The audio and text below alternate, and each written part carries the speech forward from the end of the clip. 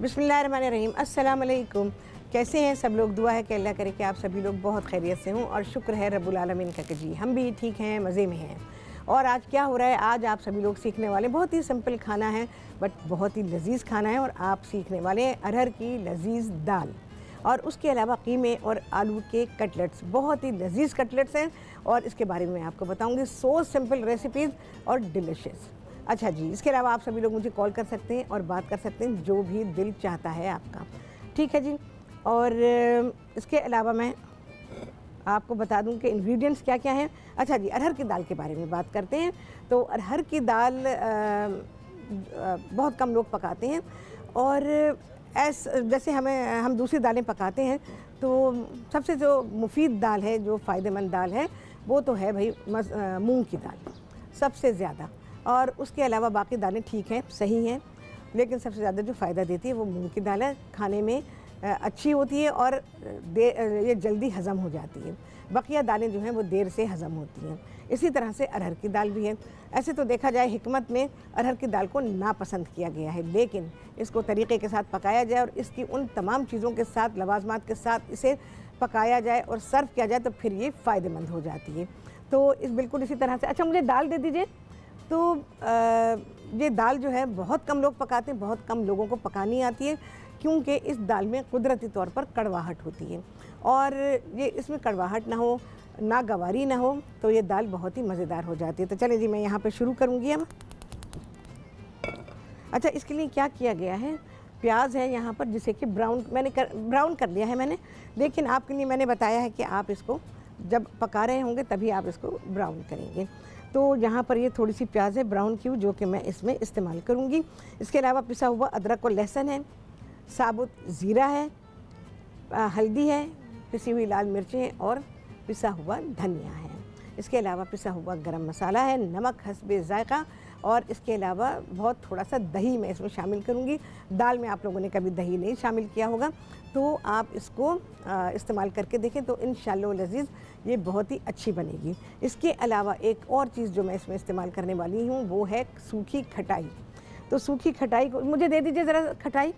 तो ये यहाँ पे रखी हुई है, मैं उसको पहले अच्छी तरह धोएंगे और यहाँ से दिखाती हूँ मैं, देखें ये है सूखी खटाई।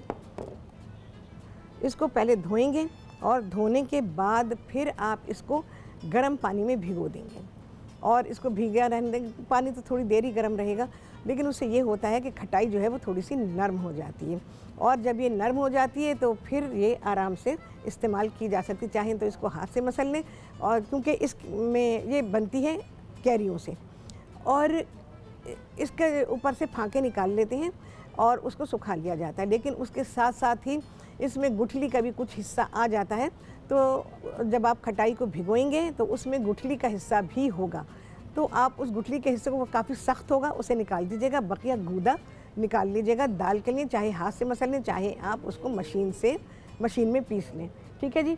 तो इस तरह से आपके पास ये खटाई तैयार हो जाएगी। दाल दीजिए मुझे। देखें जी, पीसने के बाद हमने जो निकाला है इसमें पानी ज़रा ज़्यादा है, तो इसको इस तरह से ये खटाई हमारे पास आ गई है। तो ये इंग्रेडिएंट जो इसमें इस्तेमाल हो रहा है, खटाई और दही, तो ये सारी चीज़ें हैं जो कि अरहर की दाल में जाने वाली हैं। अच्छा जी, उसके अलावा इसमें एक बघार और बनेगा, दो बघार हैं, एक शुरू में और एक बाद में। चलें जी, यहाँ पर मैं थोड़ा सा कुकिंग ऑयल डालूँगी, बहुत ज़्यादा इस स्टेज पे हमें नहीं चाहिए, क्योंकि आगे भी जाके हमने इसको बघार लगाना है। अच्छा, प्याज क्योंकि मैंने ब्राउन करके निकाल लिए, तो इस वजह से हमें अब प्याज को ज़ाहिर है कि ब्राउन नहीं करेंगे, लेकिन आप जब करेंगे तो जब आप पका रहे होंगे तभी आप प्याज को ब्राउन कर लीजिएगा और निकाल लीजिएगा, या मेरी तरह से ही करें जैसे मैंने किया, आप पहले से प्याज को ब्राउन कर लें। चलो भाई, अदरक और लहसुन आ गया,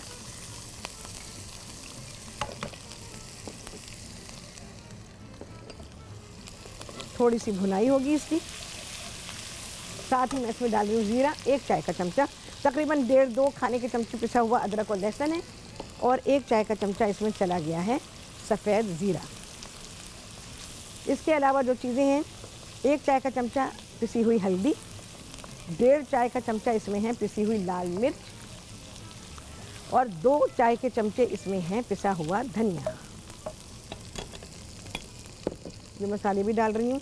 अच्छा, मसालों में अगर थोड़ा सा पानी डाल दिया करें ना तो अच्छा रहता है, मैं भी डाल लेती हूँ भाई, जब याद आ जाता है तो डाल लेती हूँ।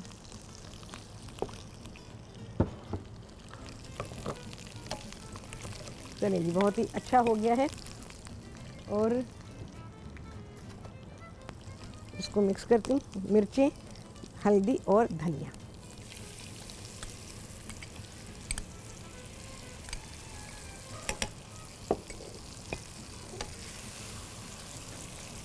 इसकी भुनाई होगी, ऑब्वियसली सभी को मालूम है, धनिया, मिर्चें, हल्दी ये सब चीज़ें जाएंगी तो भुनाई तो होगी ना। अच्छा, दाल भाई बड़ी गर्म हो रही है, बड़ा देखभाल के उठाना पड़ेगा। अच्छा, ये दाल सख्त भी बहुत होती है, मुझे लग रहा है सख्त है काफ़ी अभी। हाँ जी, बहुत ज़्यादा सख्त है। अच्छा, मैं एक काम करूँगी, ये कहती हूँ कि इसको ना थोड़ा सा ब्लेंड करें। ठीक है जी, हम अपने प्रेप किचन में भेजेंगे तो ये दाल ब्लेंड होकर आएगी। यहाँ से ये उठा लीजिए। अरहर की दाल को पकने में काफ़ी टाइम लगता है और इसको देर तक पकाएं। और सुबह का प्रोग्राम है, ज़ाहिर है आपको पता है इतना टाइम तो नहीं होता। ये ज़रा मुझे ब्लेंड कर दें, दाल को ब्लेंड कर दीजिएगा क्योंकि इसमें थोड़ी सख्ती है। और ये दाल जो है इसको आपने भिगोना है, कम से कम भी 2 से ढाई घंटे ज़रूर भिगोएं और उसके बाद ही इसको पकाएं। चलिए जी, आ गई है ब्रेक और आप सभी से मुलाकात होगी ब्रेक के बाद।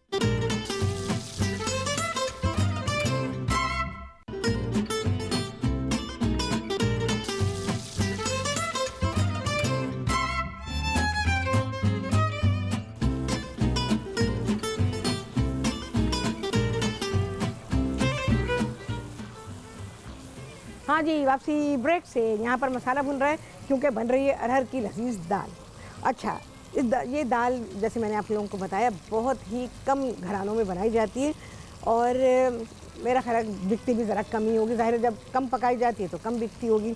अच्छा, अरहर की एक किस्म और है जो कि तेल में डूबी हुई दाल होती है और वो अच्छी खासी डूबी हुई दाल होती है तेल में, तो बिल्कुल तेल वाली हो जाती है। वो एक्चुअली हम लोग नहीं पकाते, वो इंडियंस बहुत पकाते हैं। तो वो दाल मैंने देखी हुई बोरियों में भरी होती है और उसके अंदर उन्होंने पूरा बहुत ही बड़ा पॉलीथीन बैग डाला हुआ होता है क्योंकि ऑयल उसमें से निकल रहा होता है। तो वो दाल जो है ऑयल में भीगी हुई होती है, तो उसको वो ज़ाहिर हमारे यहाँ तो नहीं पकती, मैंने अपने यहाँ देखी भी नहीं है। ये मैंने दुबई में देखी, वहाँ की जो खुली दुकानें होती हैं ना, तो वहाँ पर बोरियों के अंदर होती है अरहर की दाल जो कि तेल में डूबी हुई होती है।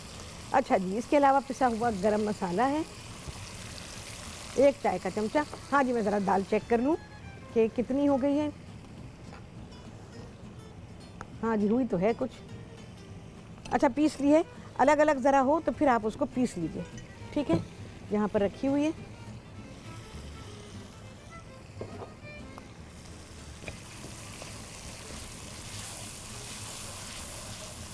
गरम मसाला डाल के ऐसे कोई भूनने की ज़रूरत नहीं, मैं सिर्फ मिक्स कर रही हूँ। अच्छा जी, इसके अलावा दही जाएगा।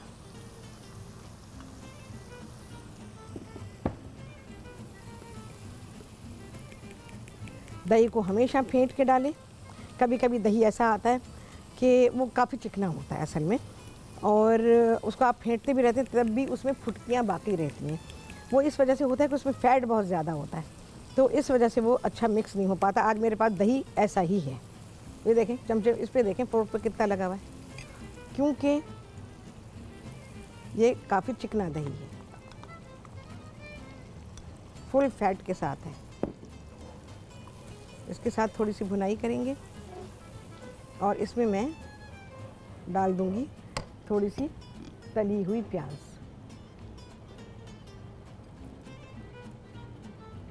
कितनी मुख्तलिफ है ना, देखें कितनी अलग रेसिपी है।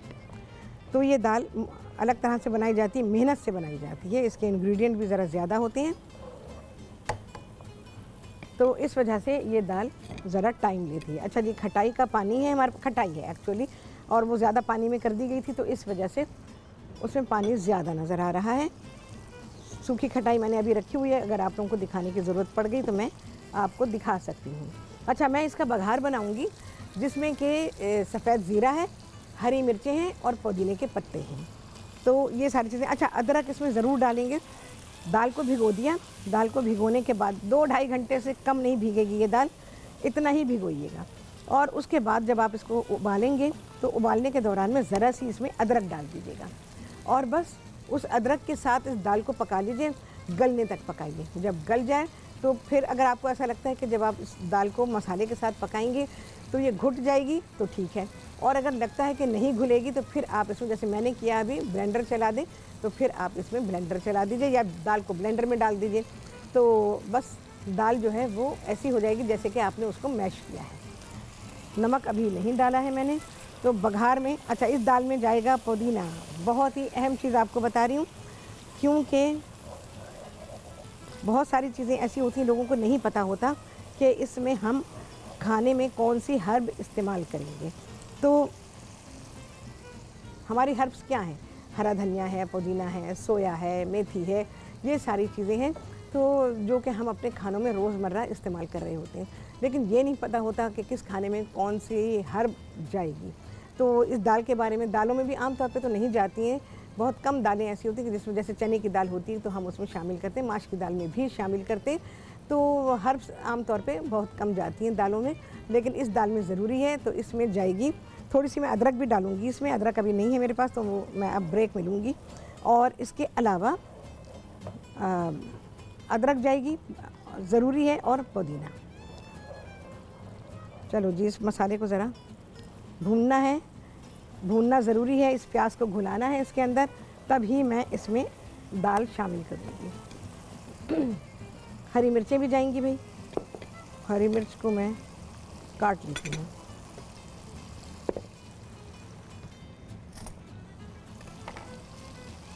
अच्छा, ये कोई तेज़ वाली मिर्चें नहीं है, बस ऐसी बड़े बड़े टुकड़े।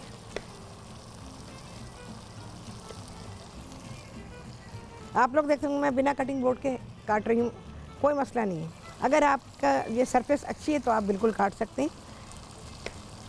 अच्छा, हरी मिर्चों की भी बड़ी कैटेगरी होती है कि कौन सी हरी मिर्च आप डालेंगे, कौन सी हरी मिर्च जो है आप कच्ची खाएंगे। तो ये सारी चीज़ें भी बड़ी, आप वही बात आ जाती है कि आपको एक्सपीरियंस कितना है और आप चूज़ जो करते हैं चीज़ें तो वो कैसी चीज़ें चूज़ करते हैं। अच्छा जी, देखें, अच्छा हो गया है मसाला, दही के साथ भुनाई भी हो गई है, खुशबू भी बहुत ही अच्छी आ रही है। ज़रा सा मैं पुदीना डालूँगी।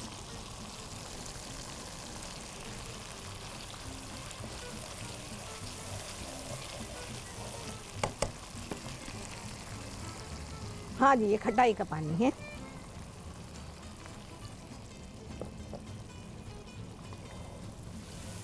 खटाई का पूरा गूदा निकाल लें, ठीक है, और गूदा निकालने के बाद फिर आप इसको पीस लें, सबसे अच्छा रहेगा। थोड़ा सा पका लें भाई, और इसके बाद मैं इसमें दाल शामिल करूँगी। थोड़ा सा नमक को हम बिल्कुल लास्ट में जाके फाइनल करेंगे। अच्छा, ये सारी चीज़ें जो जा रही हैं, उसके बाद दाल जाएगी दम पे, और ये दाल की जो कुकिंग है कम से कम भी 15 से 20 मिनट करेंगे घर में, और ढक के हल्की आंच पे छोड़ दीजिए, बेहतरीन दाल आपकी तैयार हो जाएगी। और इस दाल को आप बॉइल्ड राइस के साथ सर्व कीजिए, बहुत ही अच्छी लगती है। इसके अलावा आप पराठे से, घर की चपाती से बहुत ही एंजॉय कर सकते हैं। तो सादे सादे खाने होते हैं, घरेलू खाने होते हैं, और ये घरों में बड़े पसंद किए जाते हैं। बहुत सारी चीज़ें ऐसी घरेलू खाने हैं, लेकिन बहुत सारी ख़वातीन नहीं जानती उनकी कुकिंग। जैसे आज मैं अरहर की दाल बना रही हूँ, तो इस दाल को पकाने का तरीका बहुत कम लोगों को मालूम है कि इस दाल को कैसे पकाया जाएगा और कैसे इसको अच्छा बनाया जाएगा। अच्छा, जैसे मैंने आपको बताया कि इस दाल में कुदरती तौर पर थोड़ी सी कड़वाहट होती है, और इस कड़वाहट को दूर करना भी ज़रूरी होता है। पूरी सी कोशिश करनी चाहिए कि इसकी कड़वाहट दूर हो सके। तो देखें, आज दाल बन रही है, कितनी कड़वाहट दूर होती है, हो तो जाएगी। तो इस तरह की दालें जो हैं, अब जैसे मौसम चल रहा है, ख़ास तौर से दोपहर के खाने में, रात को नहीं है। अरहर की दाल रात को ना खाइएगा, अरहर की दाल आप दोपहर में इस्तेमाल करेंगे। चावलों का इस्तेमाल भी दोपहर को करना चाहिए, रात को नहीं। चावल रात को नुकसान देते हैं। अब राहत ज़माने भर को तो बता रही है और अपनी खबर नहीं है। तो रेहाना है लाहौर से, उनसे करेंगे बात। अस्सलाम वालेकुम। हाँ जी रेहाना, कहाँ हैं, कहाँ चली गई हैं? हाय अस्सलाम वालेकुम। वालेकुम अस्सलाम। जी, कैसी हैं? रेहाना? आपा ये बहुत अच्छा लग रहा है आपको दाल पकाते हुए। अच्छा। मुझे बड़ी खुशी हुई। हाँ। हमने तो वैसे कभी पकाई नहीं दाल हर ठीक है। की, लेकिन आपको देख के मुझे बड़ी खुशी हो रही है। बड़ी हाँ। मजेदार दाल पक रही बड़ी है। अच्छी दाल बनेगी इंशाल्लाह। हाँ, और क्या कहेंगी? बस आपा इसी तरह आप भाई आपा क्यों कह रही हो? पकाते यहाँ आपा रहे, थोड़ी देखते प्रोग्राम रहेंगे, करती हैं। सिखाते रहे। इंशाल्लाह, अल्लाह आपको इंशाल्लाह, सेहत दे, तंदुरुस्ती दे। इंशाल्लाह। ओके भाई, बहुत अच्छा लगा। कोई फरमाइश करोगी? जी, कोई फरमाइश करेंगी आप? आवाज नहीं आ रही आपकी ना। हाँ, मैं कह रही हूँ आप कोई फरमाइश करना चाहेंगी? अच्छा जी। ओह, नहीं गई आवाज़, मुझे ऐसा लगता है, क्योंकि वो सारा कॉल भी ड्रॉप हो गई है, तो आवाज़ सही नहीं जा सकी है। अच्छा जी, देखिए, दाल मैंने इसमें शामिल की। थोड़ा सा मैं पानी डालूँ, जितनी थिकनेस आपको चाहिए उस हिसाब से आप इसमें पानी को शामिल कर दीजिए। अच्छा जी, नमक पाएंगे हसबे जय का, लास्ट में जाके इसको फाइनल करें। अभी नहीं करेंगे भाई, ये टाइम ही नहीं है अभी फाइनल करने का।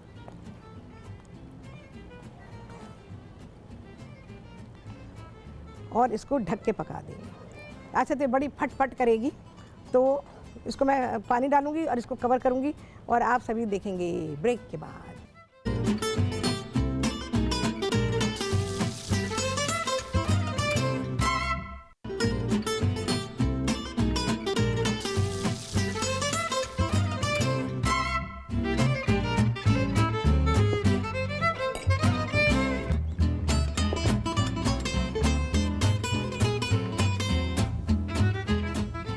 हाँ जी, वापसी हो गई है ब्रेक से। अच्छा जी, अब बनाएंगे कटलेट्स। ये जो कटलेट्स मैं बना रही हूँ, आप यकीन जानें, ये इतने लजीज कटलेट्स हैं। बहुत सिंपल रेसिपी है। और जैसे कि कल मुझसे एनी ने कहा था, गिद्दू से जो फ़ोन करती, गिद्दू बैराज से, तो उन्होंने कहा था कि ब्रेकफास्ट के लिए कोई चीज़ें ऐसी बताएं कि ज़ाहिर है पराठा, अंडा हर दिन, ब्रेड, मक्खन, जैम, ये सारी चीज़ें खा खा के तो कहते हैं कि सारी ज़िंदगी गुजर जाती है भाई, तो आपको चेंज होना चाहिए। डेफिनेटली चेंज होना चाहिए भाई, कभी कभार तो करना ही चाहिए। तो ये ख़ास तौर से ब्रेकफास्ट कटलेट्स हैं, और वैसे आप इनको किसी भी टाइम पर सर्व कर सकते हैं, किसी भी खाने के साथ दे सकते हैं, टी टाइम पर भी दे सकते हैं। ये इतने अच्छे कटलेट्स हैं कि मैं आपको बताऊं कि मेरी ट्रैवलिंग बहुत होती रही है, और इनसाइड पाकिस्तान, आउटसाइड पाकिस्तान, सभी जगह। तो जैसे मैंने पाकिस्तान के अंदर ही सफ़र किया है, और ब्रेकफास्ट टाइम है तो एयरलाइन में जो ब्रेकफास्ट सर्व किया जाता है तो मोस्टली उसमें ये कीमे और आलू के कटलेट्स होते हैं। इसके अलावा और दूसरी चीज़ें होती हैं। एयरलाइन ब्रेकफास्ट भी मैंने आप लोगों को सिखाए हुए हैं, तो इंशाल्लाह मौका मिलेगा तो फिर से मैं सिखाऊंगी कि कितने किस्म के ब्रेकफास्ट सर्व किए जाते हैं। मनाई लाइन जी कराची से, उनसे करेंगे बात। अस्सलाम वालेकुम। अस्सलाम वालेकुम। वालेकुम अस्सलाम। शेफ राहत कैसी हैं? बिल्कुल ठीक हूँ, आप सुनाइए कैसी हैं? जी बिल्कुल ठीक। अल्लाह आपको खुश रखे, सेहत तंदुरुस्ती दे आपको। बहुत शेफ शुक्रिया। राहत, हाँ। मेरी बेटी ने ना कस्टर्ड बनाया था। कस्टर्ड बनाया था, ठीक है। जी, तो उसमें पाइनएप्पल जो होता है, वो हाँ। फ्रेश वाला पाइनएप्पल लेकर आई, उससे पीस काटे, बच्चों को भी दिए और वो कस्टर्ड में डाल दिए। हाँ, फट गया कस्टर्ड? पाइनएप्पल कस्टर्ड में डाल दिए, कस्टर्ड कोड़ा हो गया। कस्टर्ड पतला हो गया ना? कोड़ा भी हो गया, पतला भी अच्छा, हो गया। कोड़ा कड़वा हो गया? जी जी कड़वा जी हो गया। जी। ठीक है, ठीक है। तो देखिए, पहली बात तो ये कि जब जी। कस्टर्ड बनाते हैं उसमें कभी जी। भी इस किस्म पाइनएप्पल कभी भी ताज़ा वाला ना डालें, टिन का डालें, लेकिन उसको उसमें ताज़ा वाला ना डालें। उससे ये होगा, कड़वा तो मुझे नहीं पता कैसे हो गया, लेकिन बात यह है कि उसमें पानी बहुत होता है, तो वो आपका कस्टर्ड को, आप टीवी की आवाज़ बंद करें, टीवी की आवाज़ बंद करें पहले, मुझे पूरी आवाज़ आ रही है अपनी। हाँ, कम कर दी? जी जी, बंद कर दी। तो उसमें कभी भी फ्रेश, बंद कर दी। अच्छा ठीक है, ठीक है। उसमें कस्टर्ड में कभी भी फ्रेश पाइनएप्पल ना डालें, क्रीम में भी कभी भी फ्रेश पाइनएप्पल ना डालें, वो इतना पानी छोड़ेगा, क्रीम भी बिल्कुल पतली हो जाएगी, कस्टर्ड भी बिल्कुल पतला हो जाएगा। उसमें कभी भी डालना है ना आपने, तो आप कैन का डालें, जो टीन के डब्बे में आता है ना वो डालें आप, ठीक है ना, फिर सही रहेगा। और कड़वा, या तो आपका पाइनएप्पल पूरा पक्का हुआ नहीं होगा, उसमें खट्टापन होगा और बाद में जाके वो उसमें कड़वाहट आ गई, ठीक है ना, ये भी हो सही सकता कह रहे हैं आप, है, वो बिल्कुल सही खट्टा कह रहे होगा। हैं। और एक मेरी फरमाइश ये है कि मुझे बनाना सिखा दीजिए। क्या नाम है, मनाए वो जो होती है, मनाए वो जो मैनिस, अच्छा, मेयोनीज बनाना सिखा दूँ? जी जी, इंशाल्लाह। उबली हुई जो चिकन डलती है वो सिखा दीजिएगा, अल्लाह आपको खुश रखे। अच्छा इंशाल्लाह, आप कह रही हैं सैंडविच स्प्रेड सिखा दूँ मैं आपको? हाँ ठीक है, जी, हाँ जी। इंशाल्लाह और जो इंशाल्लाह। अभी आप बना रही हैं बहुत अच्छा बना रही हैं, दाल भी आपने बहुत अच्छी बनाई है। हाँ, बस दाल में थोड़ी माशा- कड़वाहट होती है इसकी, बस ये ख्याल हाँ, ये रखिएगा। मेरी अम्मी, हाँ, मुझे पता है, मेरी अम्मी बनाती थी, अल्लाह अच्छा बख्शे, वो अच्छा। बनाती थी, दाल हाँ चावल ये बनाती हाँ थी। हाँ, बिल्कुल दाल चावल के साथ इसको सर्व करें। हाँ, अल्लाह ताला आपको खुश रखे, बहुत बहुत शुक्रिया सेहत आपका। तंदुरुस्ती दे अल्लाह जी, ताला आपको। बहुत बहुत शुक्रिया आपका। तो इंशाल्लाह मैं बना दूँगी, ठीक है। अच्छा जी, ये जो मैं कटलेट्स बना रही हूँ, जैसे मैंने आपसे कहा कि यूजुअली ब्रेकफास्ट में एयरलाइन में सर्व किए जाते हैं, और ये आप अपने नाश्ते के लिए बनाइए। नाश्ते के साथ और दूसरी चीज़ें जो बना रहे हैं, जैसे अंडा पराठा बनाते हैं, वो भी बनाइए, या ब्रेड साथ में दे रहे हैं। इसके अलावा आप पोटैटोज़ को फ्राई करके दे सकते हैं साथ में। नाश्ता इतना बेहतरीन बन जाता है कि आप सोचेंगे कि अच्छा, नाश्ते में इतनी मज़े की चीज़ें हैं, तो आपको वैरायटी पता चलेगी। तो इंशाल्लाह पूरी कोशिश है कि मैं आपको जल्दी सिखा दूँ कि ब्रेकफास्ट में क्या क्या चीज़ें होती हैं। इसके अलावा सिर्फ पाकिस्तानी ब्रेकफास्ट ही नहीं होता, इंटरनेशनल ब्रेकफास्ट होते हैं, जिसमें कि बेशुमार चीज़ें जो हैं वो बनाई जाती हैं दुनिया भर में। और अरब ममालिक में कैसे बनता है, जैसे या फिर तुर्की है, तुर्की आजकल बड़ा इन हुआ है, तो इसमें आपको बहुत सारी वैरायटी पता चलेगी। अच्छा जी, रेसिपी कार्ड चल रहा है, स्क्रीन पर है, जो लोग भी लिखना चाहें लिखें। और बहुत ही सिंपल रेसिपी है। इसमें 250 ग्राम कीमा है, बकरे का लें या गाय का ले लें। मैंने बकरे का लिया हुआ है, और उसको ज़रा सा अदरक और लहसुन डाल के उबाल लिया, ज़रा सा पानी डाला, आधी प्याली पानी डाल दीजिए, उबाल लीजिए उसको, वो गल भी जाएगा।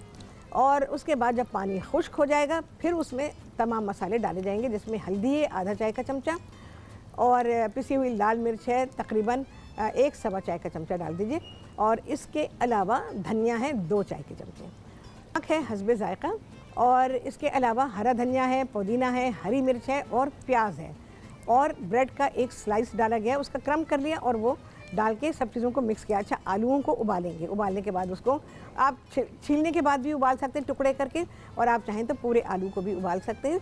और उसके बाद आलू को मैश कर लीजिए। मैश करने के बाद क्या करेंगे, एक साइड पे रखेंगे, कीमे में सारे मसाले डालेंगे, और मसाले डालने के बाद इसको फूड प्रोसेसर में पीस लेंगे। ये ज़रूरी है करना, अगर आप नहीं करेंगे तो आपके जो कटलेट्स हैं वो अच्छे नहीं बनेंगे। अच्छा, इन सारी चीज़ों को मिक्स किया आपने, और मिक्स करने के बाद उसके बाद आप इसमें आलू डालेंगे। आलू को कभी मशीन में मत डालिएगा, वरना आप रोते रह जाएंगे और आपके हाथ में आलू नहीं आएगा, आलू का पानी आएगा। ठीक है जी, तो ये मैंने आपको समझा दिया है। आलू कभी भी मशीन में ना डालें, तो आप हैंडल नहीं कर पाएंगे, वो इतने पतले हो जाएंगे कि आपके लिए उसको संभालना मुश्किल हो जाएगा। तो रात को आप अपने कटलेट्स बना के रख लें, और सुबह में जो है बस फ्राई कर लीजिए, बेहतरीन कटलेट्स आपके तैयार हो जाएंगे। चलो जी, ये मैं निकालती हूँ।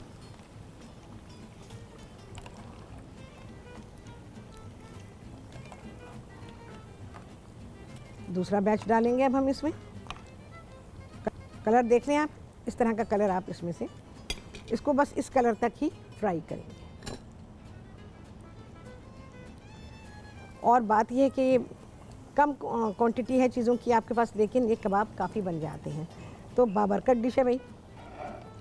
और वैसे भी आप अगर किसी को इनवाइट कर रहे हैं, आपने कोई चाय का इंतज़ाम किया है, तो उसमें भी आप इन कटलेट्स को बनाएं बेहतरीन। आप होटल्स वगैरह में जाएं, हाई टी पे जाएं, वहाँ पर आपको इस किस्म की चीज़ें नज़र आएंगी। बस रश नहीं करेंगे। अच्छा जी, देखो क्या होगा, बहुत अच्छा हुआ ना, आपके सामने हुआ।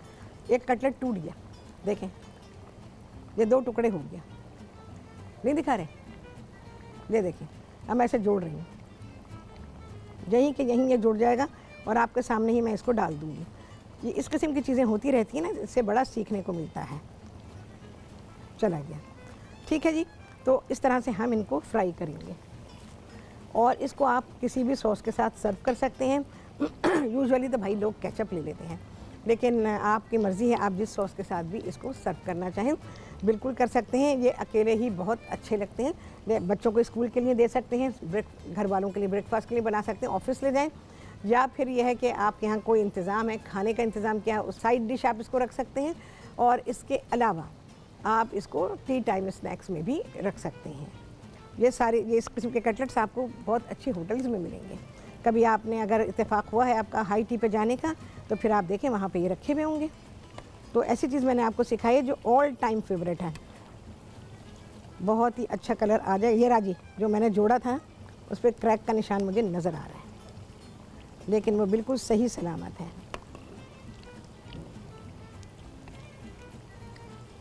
अच्छा, बहुत सारे लोग सोच रहे होंगे कि मैं इसे डीप फ्राई क्यों कर रही हूँ। ज़्यादातर लोग तो कटलेट्स को शैलो फ्राई करते हैं, भाई उनकी मर्ज़ी। मुझे ये तरीका बिल्कुल सही लगता है और बिल्कुल दुरुस्त तरीका है ये।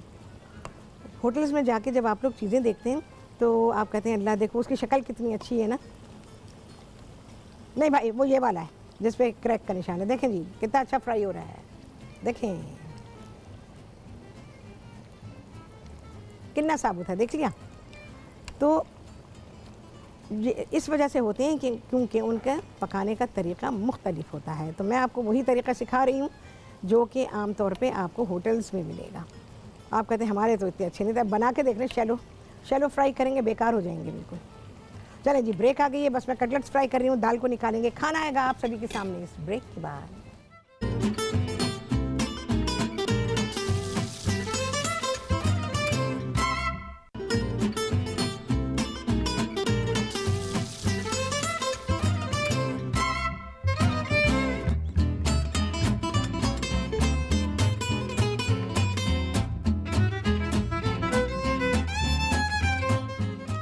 जी, वापसी हो गई है ब्रेक से और आप सभी को कहती हूँ बहुत ही खुशामदीद अपने प्रोग्राम में। अच्छा जी, अब बनेगा अरहर की दाल का बघार।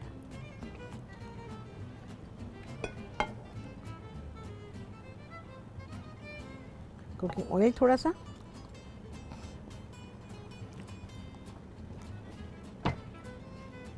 अच्छा इसमें जो चीज़ें जा रही हैं,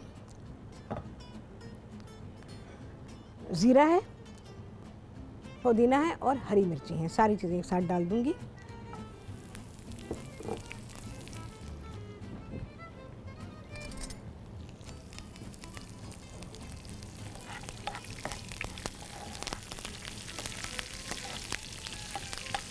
बहुत बेहतरीन बघार होता है ये दाल के लिए।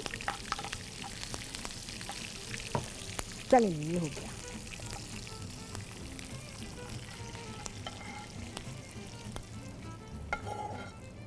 हमने पहले भी इसमें शुरू में बघार बनाया था ना, तो उसमें भी ऑयल डाल दिया था, तो अब हमें ऑयल की ज़्यादा ज़रूरत नहीं है। वैसे दाल घी में बनाएं, असली घी में बनाएं तो क्या ही बात है।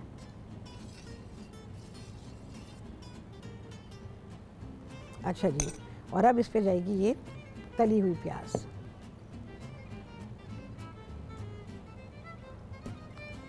चलें जी, डन डना डन, सारी चीज़ें हो गई। कटलेट्स बहुत आला हैं, आपको बहुत ज़्यादा पसंद आएंगे और इसके अलावा ये हर ओकेजन के लिए बेहतरीन है।